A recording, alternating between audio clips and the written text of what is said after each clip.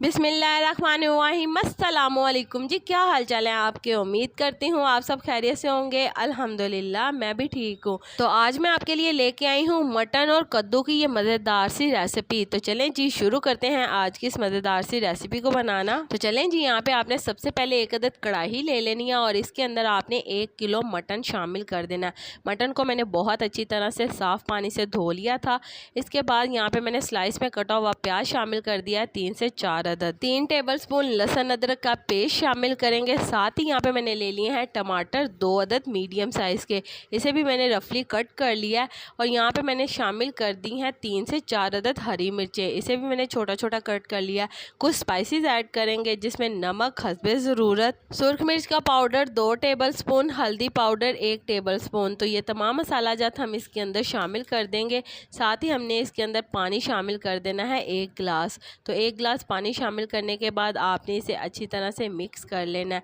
तो चलें जी हम इसे अच्छी तरह से मिक्स कर लेते हैं और मिक्स करके आपने इसे बॉयल दिलाना है। तो हम इसकी तेज़ आग करेंगे और इसे बॉयल दिलाएंगे। तो यहाँ पे आप देख सकते हैं कि इसके अंदर बॉयल आना शुरू हो गया। जब इसके अंदर इस तरह से बॉयल आना शुरू हो जाएगा तो फिर आपने इसकी आग मीडियम टू लो कर देनी है। मीडियम टू लो आग के ऊपर हम इसे पका लेंगे इतनी देर कि यहाँ पे हमारा जो गोश्त है वो अच्छी तरह से गल जाए।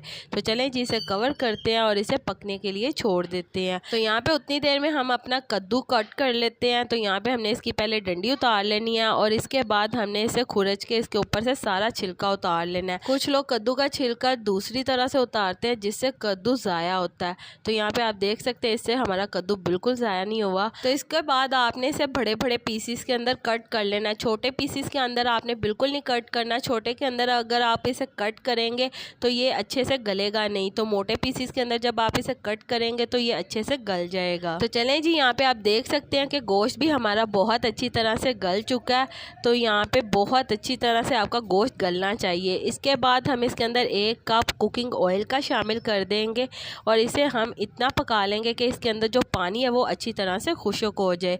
हमने इसे बहुत अच्छी तरह से भून लेना है। यहाँ पे हम इसे 10 से 15 मिनट के लिए तेज़ आग के ऊपर पकाएंगे तो अच्छी तरह से ये सारा पानी खुश्क हो जाएगा। आप देख सकते हैं कि कितनी ही अच्छी तरह से पानी खुश्क हो गया और यहाँ पे इसने ऑयल छोड़ दिया है। यहाँ पे आप देख सकते हैं बहुत ही मज़ेदार सा हमारा भुना हुआ गोश्त तैयार हो गया। जब इस तरह से ये बन जाएगा तो इसके बाद हम इसके अंदर शामिल कर देंगे कद्दू। तो कद्दू को यहाँ पे मैंने अच्छी तरह से वॉश कर लिया था और कद्दू को शामिल करने के बाद हमने इसे अच्छी तरह से मिक्स कर लेना। आप देखेंगे कि कद्दू का इसके अंदर बहुत ही मज़े का जायका बनेगा और बहुत ही ये टेस्टी बनता है। हमारे नबी पाक सल्लल्लाहु अलैहि वसल्लम ने कद्दू को बहुत ही पसंद फरमाया। कद्दू के साथ साथ मटन के गोश्त को भी आप सल्लल्लाहु अलैहि वसल्लम ने बहुत ही पसंद फरमाया। तो जब ये दोनों चीज़ें आपस में पकेंगी तो आप खुद देखें कि इसका जायका कितना मज़े का तैयार होगा। तो अच्छी तरह से हमने इसे 10 से 15 मिनट के लिए भून लेना है। इसके बाद हम इसके अंदर 2 गिलास पानी शामिल कर देंगे और पानी शामिल करके आपने इसे अच्छी तरह से मिक्स कर लेना है। आप चाहें तो इसके अंदर पानी ज़्यादा भी शामिल कर सकते हैं जितनी आप इसकी ग्रेवी बनाना चाहते हैं। तो यहाँ पे मैंने 2 गिलास पानी शामिल किया है क्योंकि मैं इसे रसमिसा सा तैयार करना चाहती हूँ। तो जब इसके अंदर बॉयल आ जाएगा तो हम इसे कवर कर देंगे। यहाँ पे कवर करके हम इसे इतना पका लेंगे कि जो कद्दू हमारा वो अच्छी तरह से गल जाए। तो यहाँ पे आप देख सकते हैं कद्दू हमारा अच्छी तरह से गल चुका है और हमने इसे रसमिसा सा तैयार कर लिया है। यहाँ पे हमने इसके अंदर इतना सा ही शोरबा रखना है कि ये रसमिसा सा रहे। तो ज़्यादा हम इसका शोरबा नहीं बनाएंगे। आप चाहें तो ज़्यादा भी इसका बना सकते हैं। तो इसके बाद यहाँ पे हम इसके अंदर शामिल करेंगे 3 अदद साबुत हरी मिर्चें। तो साथ ही हम इसके अंदर शामिल करेंगे 1 टेबलस्पून भरकर गरम मसाला पाउडर। यहाँ पे हमने हरा धनिया ले लेना है हस्बे ज़रूरत, ये भी हम इसके अंदर शामिल कर देंगे। तो चलें जी इसे अच्छी तरह से मिक्स कर लेते हैं। तो आप देख सकते हैं कि कितना मज़ेदार हमारा कद्दू और मटन का सालन तैयार है। बहुत ही मज़े का ये तैयार हुआ है और ट्रेडिशनल रेसिपी है। पाकिस्तान में ये बहुत ही ज़्यादा शौक़ से खाया जाता है, बहुत ही मज़े का तैयार होता है। एक बार आप इसे ज़रूर बनाकर ट्राई करिएगा तंदूर की रोटी के साथ, तो ये बहुत ही मज़े का लगेगा। आप चाहें तो इसे चावलों के ऊपर भी डालकर खा सकते हैं या फिर आप इसे पराठे के साथ भी खा सकते हैं। बहुत ही मज़े की ये रेसिपी है।